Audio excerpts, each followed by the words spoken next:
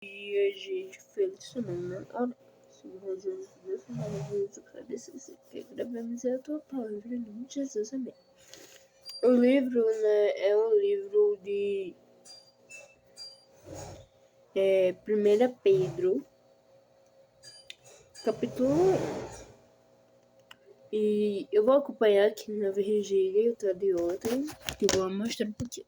Essa aqui é a vigília que teve lá no São Jorge, tá? Ontem, tá? Eu ia, mas eu não fui. Por quê? Aí você diz, mas por que você faz pra vigília de ontem? Bom, a primeira coisa, eu só não fui porque eu tô um pouquinho doente. Tá, ontem não, hoje eu amanheci gripada, com dor de cabeça e tal.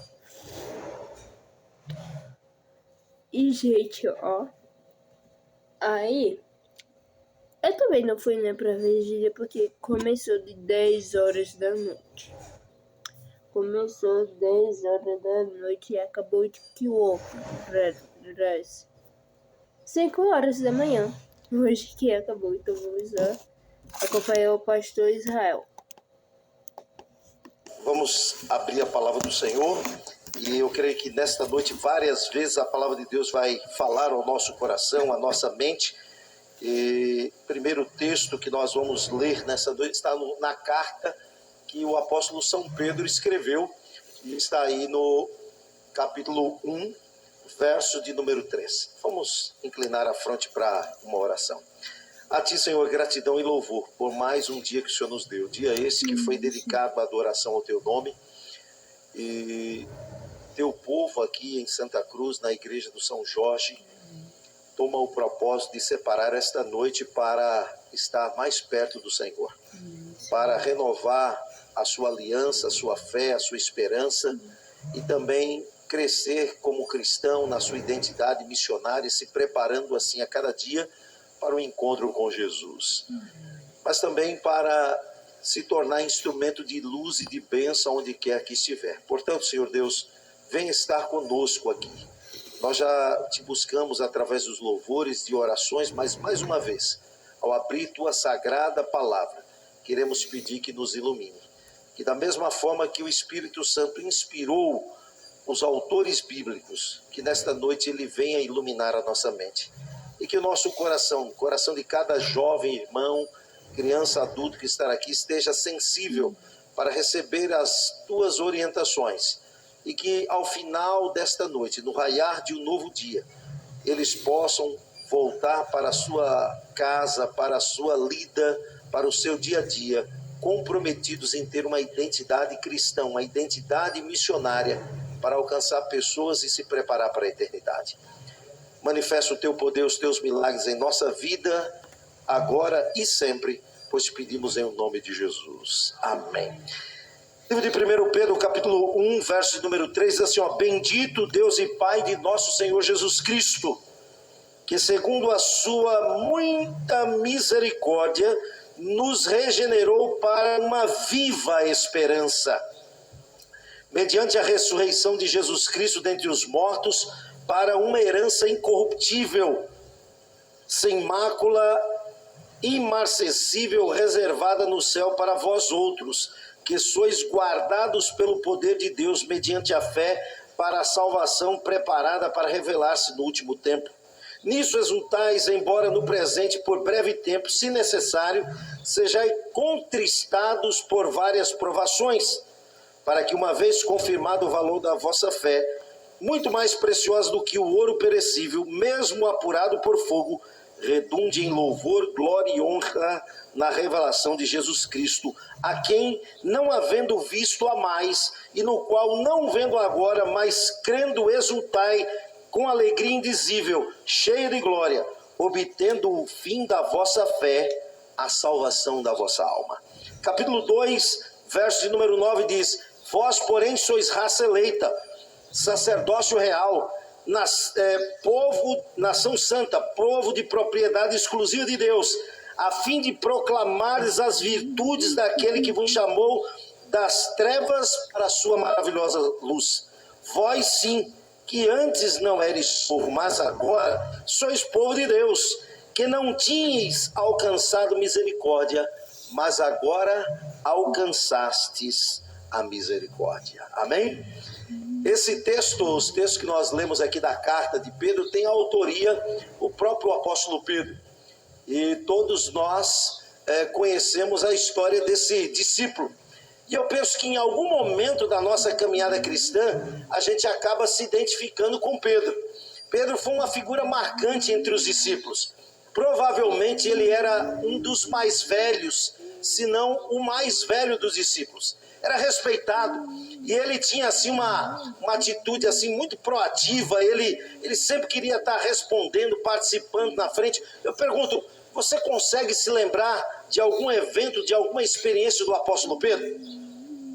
Quando eu penso nesse momento do apóstolo Pedro, eu me lembro, por exemplo, de um momento em que Jesus estava ali tendo um diálogo com os discípulos. Ele disse, o que o povo está dizendo que eu sou? E os discípulos começaram a responder. E de repente Pedro disse, olha, tu és o Cristo, o Filho do Deus vivo. E Jesus elogiou a Pedro naquele momento. Disse, olha Pedro, não foi a carne e o sangue que revelaram, mas foi o Espírito Santo que falou através de você, que trouxe essa revelação. Nós vamos ver, por exemplo, Jesus fazendo um milagre na casa de Pedro, curando a sua sogra. Um outro momento em que a gente percebe a experiência dos vários que tem com Jesus e Pedro. Um dia Jesus convidou os seus discípulos para subir um monte. 3 deles foram com ele, Pedro, Tiago e João. E naquele momento, Jesus manifestou a sua glória para aqueles 3. E Pedro ficou tão impressionado, tão impactado com aquela revelação, que ele disse, Senhor, está muito bom aqui, está muito gostoso, vamos montar aqui 3 barracas, uma para o Senhor, outra para Elias e outra para Moisés. Está gostoso, a gente não quer... Ele vai, bom dia, povo. Bom dia. Acabei de me acordar. Gente, ela se acordou agora, tá? Pra quem não sabe, gente, que é... Eu tava no céu. Do abraço de Jesus. Gente, ó, pra quem não sabe quem é ela, né? Mariana, tá? Minha sobrinha e tal.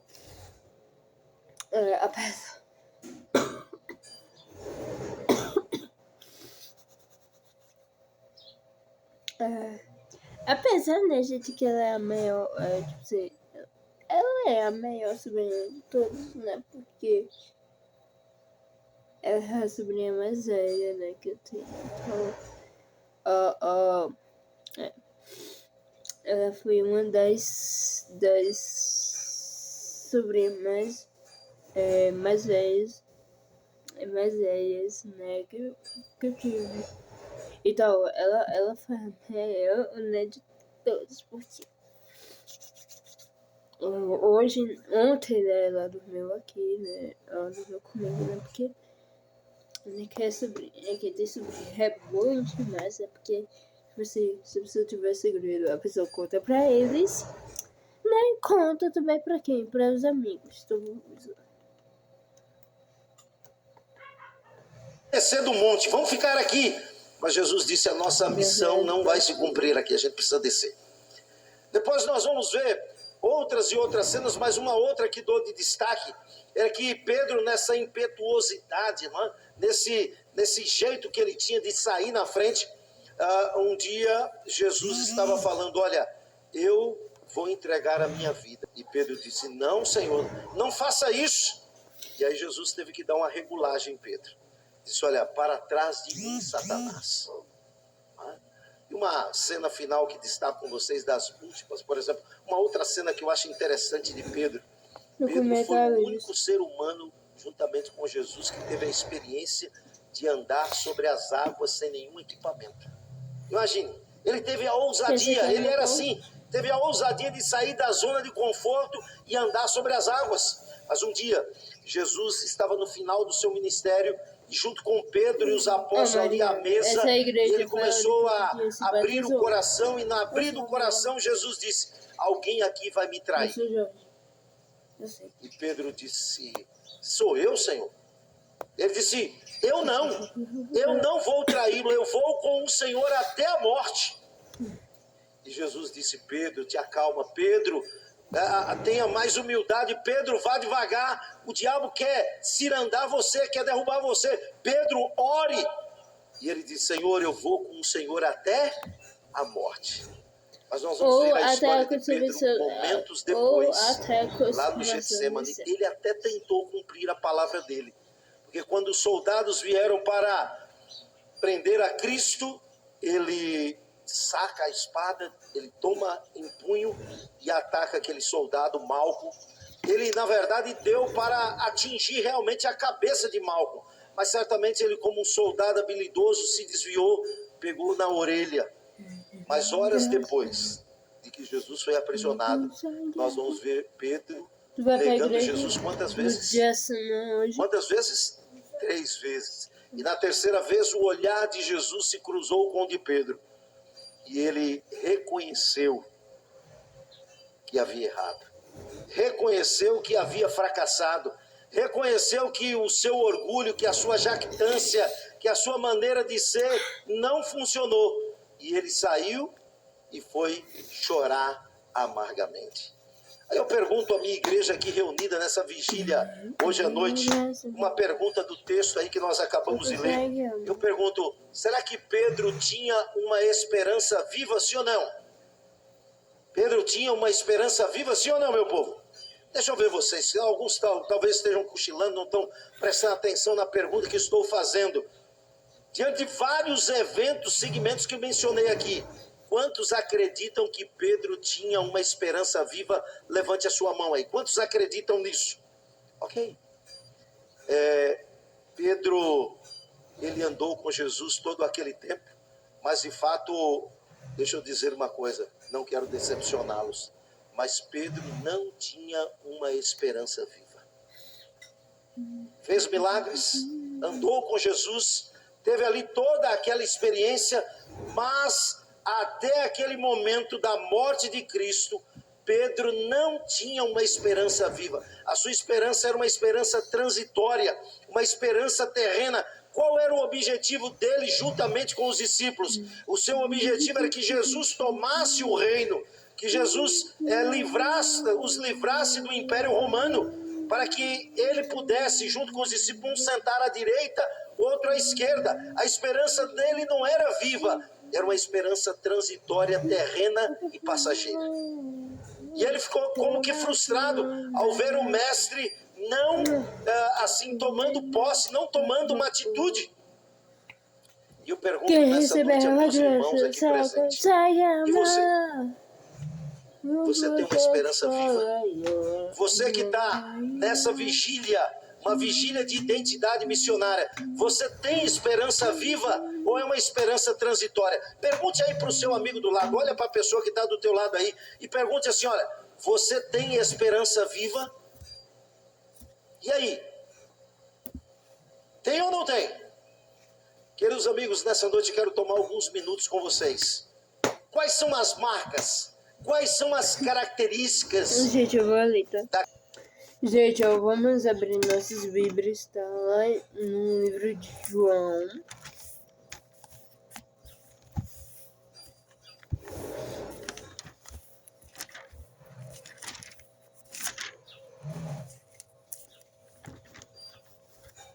João 15.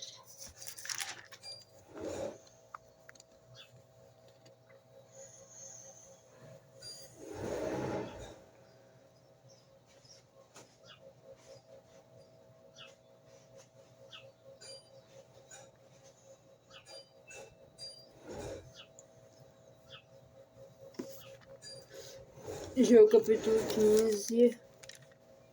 Deixa eu botar um pouquinho. As festas, as coisas transitórias desse mundo? Não! Quem tem esperança viva precisa se manter conectado com quem, meus amigos? Abra sua Bíblia, João capítulo 15. Não é? Olha aqui, o apóstolo João escrevendo aqui algo importante para nós na abertura dessa vigília. Se você tem identidade missionária, você precisa ter uma esperança viva.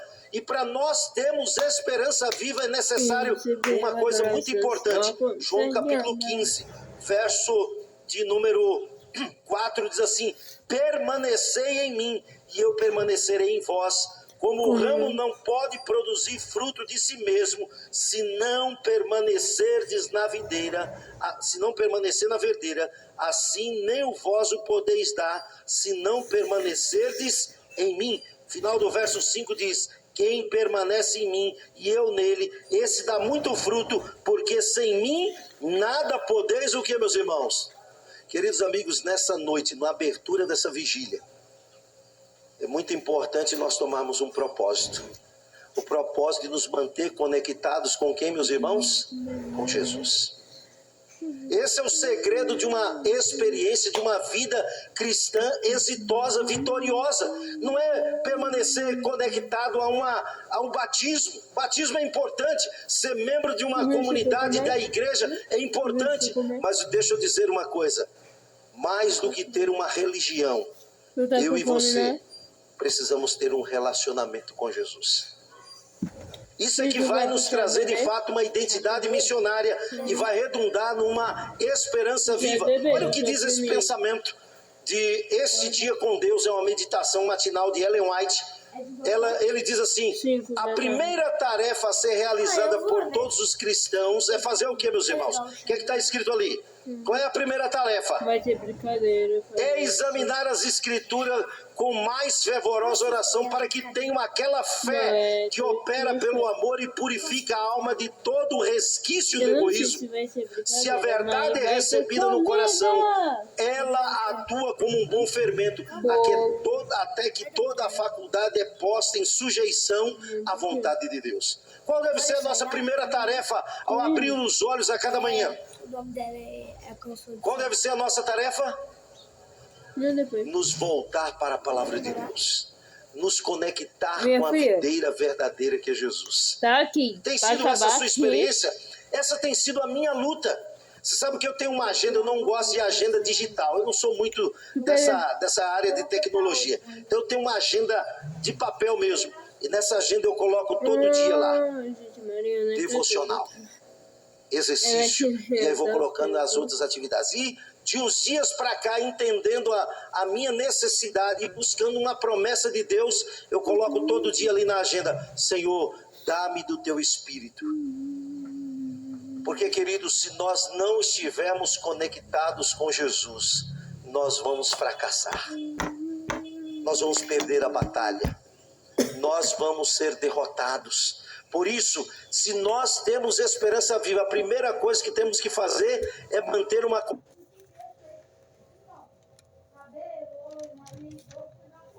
Gente, eu vou ler 4 versículos.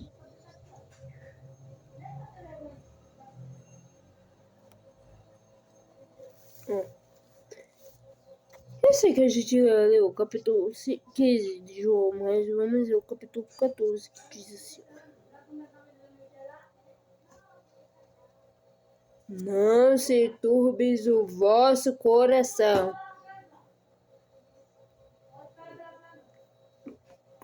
Creis em Deus, creis também em mim.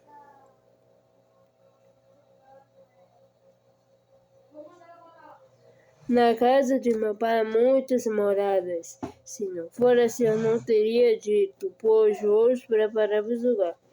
E quando eu for e vos preparar lugar, voltarei e vos receberei, para que onde eu esteja vós também. E o verso 6 diz assim: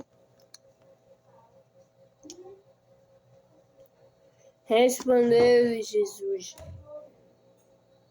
eu sou a ressurreição. Não, eu sou o caminho, a verdade e a vida. E a vida ninguém vem a mim se não faz. E para finalizar, eu queria que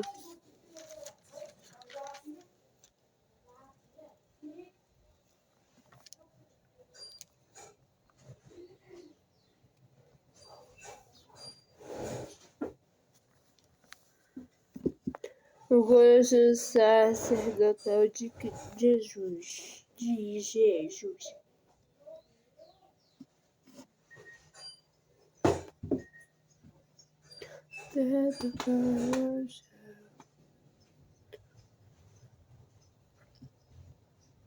Jesus se santifica, usa a verdade e a tua palavra é a verdade.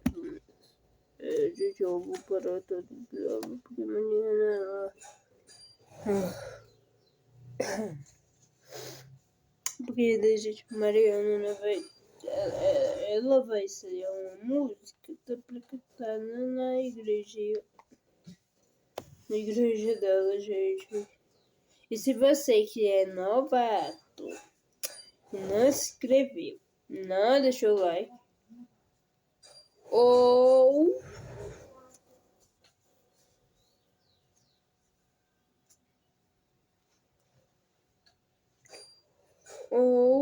não ativou o sininho. Eu vou dar uns 20 minutinhos. Dá pra você fazer tudo isso. Tá, 20 minutos.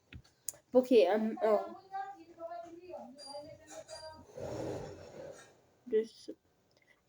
meta quero até 100. Na verdade 50. Então falta te ouvir.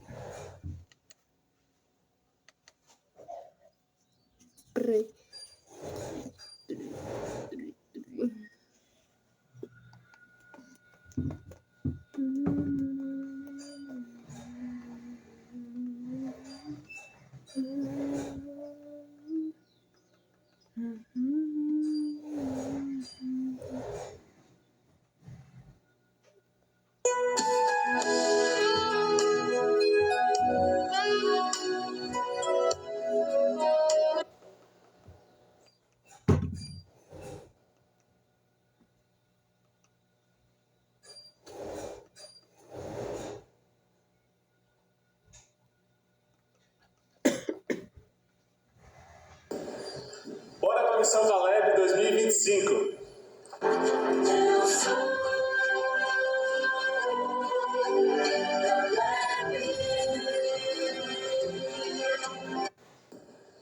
Bora para a Missão Caleb 2025.